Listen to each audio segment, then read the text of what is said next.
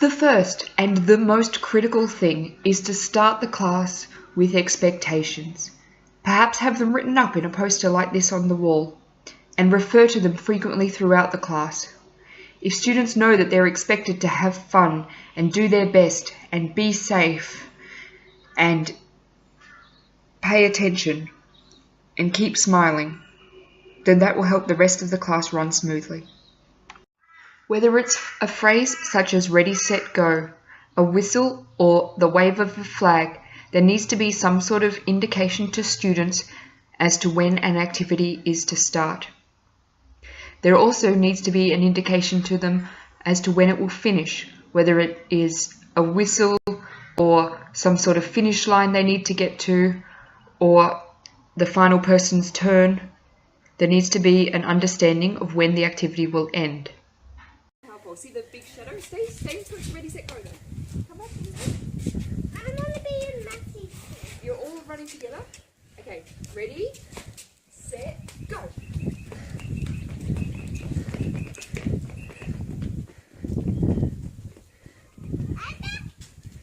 Okay, why do you think you run to different spots? How come Annalise stopped at the second shadow and you stopped at the first shadow? Why do you think you ran to a different spot?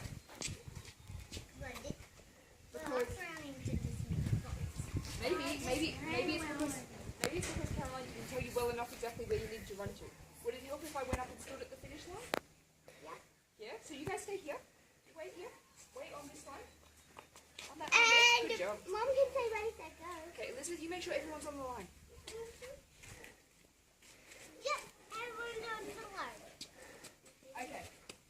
Ready? You're going to run to here. Ready, set, go. Good job.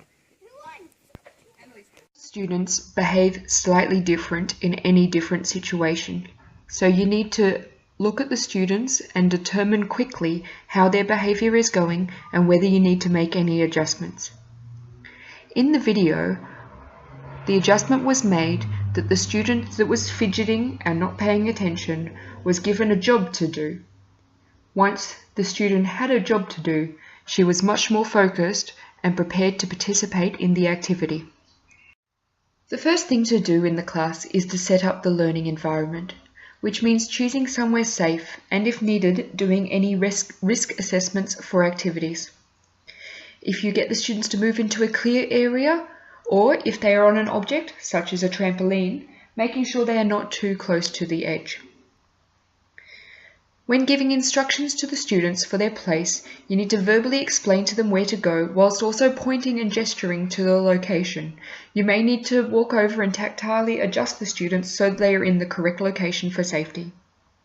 Now we're going to throw the ball to each other, okay? Remember we're going to throw... Nice shot. Sit down for a second for me. Sit. Good. Okay, so I'm going to throw it to Maxie first. Hey, that's a good idea. Why don't we throw the ball and once we throw it, we jump twice? Yeah, that's a great idea. Okay, all right, so we're not allowed to jump. We're not allowed to jump if we're not throwing the ball, okay? So you want to hope someone throws it to you, don't you? So who do you think I should throw it? Can you move back just a little bit so we've got a bit more space? That's it. All right, I'm going to throw it to Annalise. No, after I throw it, I jump. Ready? Ready to catch? Put your hands out. Ready to catch? Catch! Whoop. Hang on, that was a bad throw. Sit down. I throw it, then I jump. Ready? Hands out. Catch. And then I jump. Whoa! Wait a second. Stop. Stop.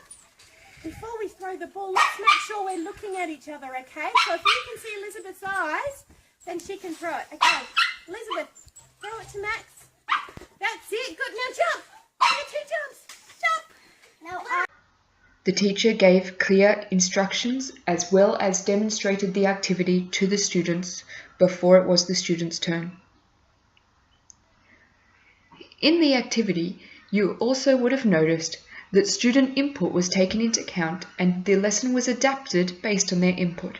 When the students wanted to bounce on the trampoline rather than just sit and catch the ball, that was included into the lesson. This helped engage the students and kept them on task. It is very important for teachers to make sure they are encouraging students to have physical, mental, social, and spiritual well-being. HPE is a great area for this to happen. By giving students positive feedback and also constructive feedback, we are helping them to become better all-round citizens. And by encouraging them to move and have fun moving and teaching them that exercise is a fun activity, we are encouraging them to be lifelong movers.